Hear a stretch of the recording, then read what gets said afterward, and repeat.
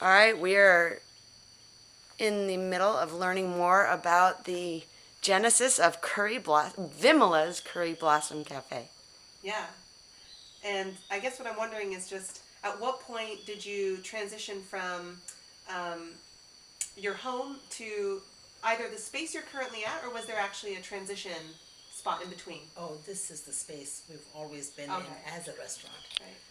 How that came about was um, really a disaster story. So first, it felt like uh, we were we were cooking, and our reputation grew. My current husband became part of the family.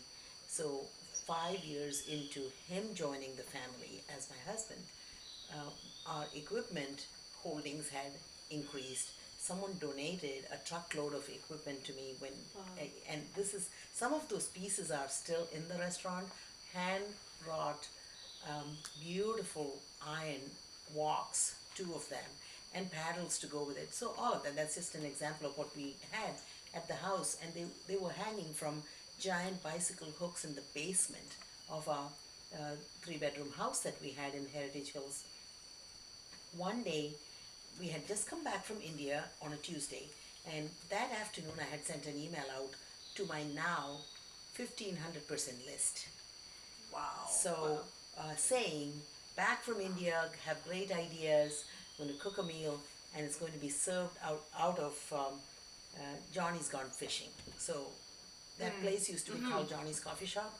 So, we had an arrangement with the manager there where we would bring the food and in the yard set up a little shop, and we'd sell a lot of food. We had a suggested donation amount, and probably um, grossed around $2,400 in a day. And we didn't sell any drinks. All the drinks, the beer and the other drinks came from Johnny's.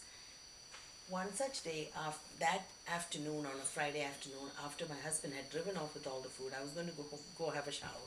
The phone rang. It was the Orange County Health Department saying, "Are you serving food at Johnny's today? You don't have a permit." And I said, "How can I get one?" He said, "It's a long process.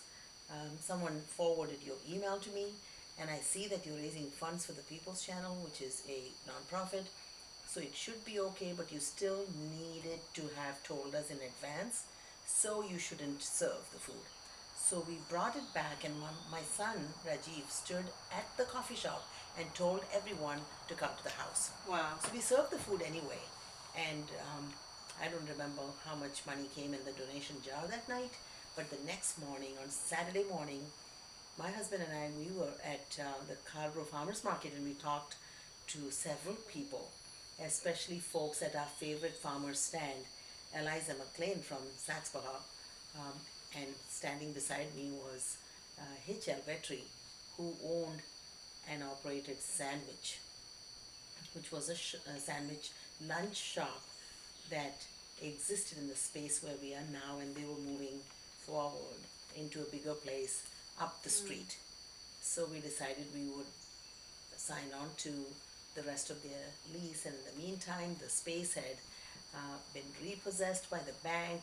So when we came in March of 2010, because this was in October of 2009, in 2010 March, there was no landlord. We felt like squatters, and the entire courtyard was empty. Everyone was leaving because it was mismanaged, and the bank had repossessed the space. So we had paid some amount to Hitch for the leasehold improvements, as we say in the industry, which included some equipment, some ovens. All the equipment has subsequently started breaking, so which is one of our challenges. But the greatest challenge we ever faced, which was to have the dinners at the house shut down, we overcame and started a restaurant. Wow. That's awesome. It just reminds me of the nature cycles. Through death comes rebirth. Yes, And so it's really a story of rebirth and yes. yeah. And 2010 was a very low time in our economy. We call it economic downturn. some people have hesitated to call it the recession, but it really was a recession. And we knew we wouldn't get any loans from a bank because I didn't have a business history to show. But this phrase was thrown at me, and I love it.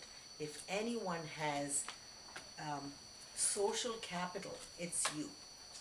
Based on the friendships I had created, the farmers I had built a relationship with, the conferences about sustainable food system and how to grow the food shed locally that I had participated in was all beginning to pay off by people stepping forward and saying, would you like a loan? And some gave us interest-bearing loans and some gave us interest-free loans. And all together, in about 5 days, we got pledges or checks for $80,000 together. And that was in early October, so we knew we had some money to pay for the leasehold improvements. So these folks who had the lease to that space would actually give us the key to the space. So we got the key in the middle of March and we started practicing. My daughter, who was then living in Chicago, came back here. She is a developmental facilitator and expert who actually goes into organizations and helps them grow.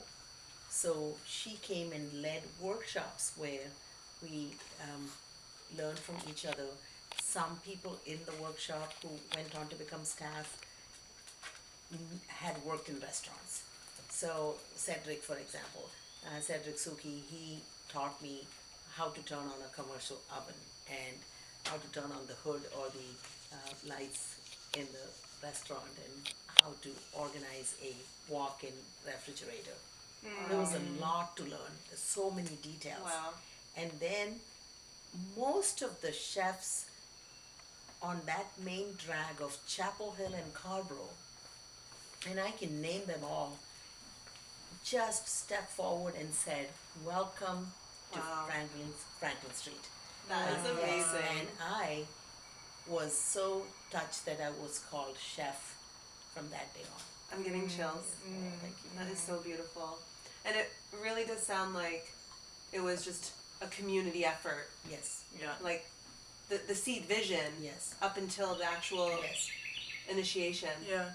And what I love about your story is that it's inspirational because the entire journey was inspired and implemented through the values, yes, the relationships. So the business only manifested through these relationships and the values of your heart. yeah, And that's what drove it. yes. And it's a beautiful story. Yes, so I call them the fruit of the spirit, which is to be listed as generosity, kindness, love, gentleness, and mercy. So we that's what excuse me, I think mosquitoes. So having to draw from the fruits of the spirit to bear fruit. And what is fruit in community living? It is gathering the community around the table over delicious, wholesome food that is good for the people. And we made sure that we became a triple bottom line business. The 3 P's of a sustainable business: people, planet, profit, in no particular order. We just made sure that the people we value included the invisible ones, or those whose touch was left behind, where the food was grown. If something is imported, like the rice, the cardamom, the cinnamon sticks, cloves, black pepper, they come from all over the world into the restaurant. Then there's local produce, and of course, gasoline we get through who knows what means, in the name of saving democracy, maybe, from parts of the world where oil is rigged or mined.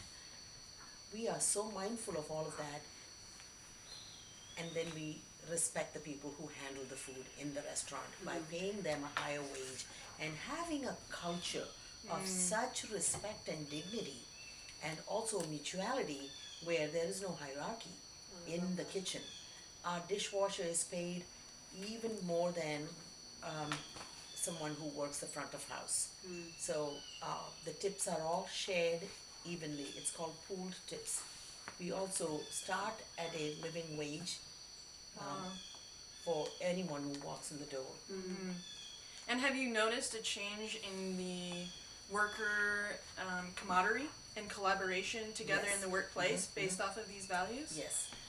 We also, I come from a background where we share everything we have.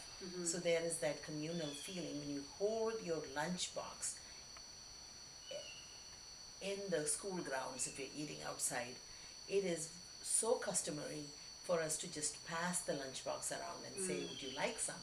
So everybody partakes in everybody's lunch, and everybody's lunch boxes go around, and we are excited to see, what people's parents or mom has packed.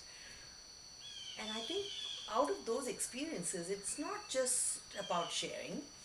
I've learned how to make food that was not cooked in my own home. Right. Because India is such a conglomerate of cultures. So if I have someone sitting next to me who is from a different region of India than my parents, then we are all in Bombay, which is a cosmopolitan place. I learned to make the food that was in other people's lunchboxes. That's why the menu at Curryblossom Café is so eclectic. Wow, that's amazing. The other question that's coming to me in this moment is, what of your story is less known